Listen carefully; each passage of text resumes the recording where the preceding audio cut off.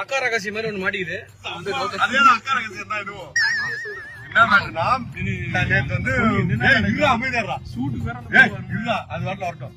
Edit பண்ணி நாளைக்கே release ஆகிற மாதிரி. முத்து வந்து கதை ஒரு பொண்ணுக்கு வந்து கதை சொல்றதுக்காக போயிருக்கான். அந்த பொண்ணு வந்து அவங்க அக்கா கூட வந்து வந்திருக்கு. நேத்து நைட் எனக்கு கால் பண்ணி சொல்றான், அந்த பொண்ணுகிட்ட நான் கதை சொல்லிட்டேன் அப்படின்னா. சரிடா தம்பி சூப்பர்ரா அப்படின்னு. இல்லனே அந்த பொண்ணை விட அவங்க அக்கா நல்லா இருக்காங்கல்ல. அக்கா ரொம்ப அழகா இருக்காங்களா? அட கொக்கா மவனே. எது பாத்துக்காக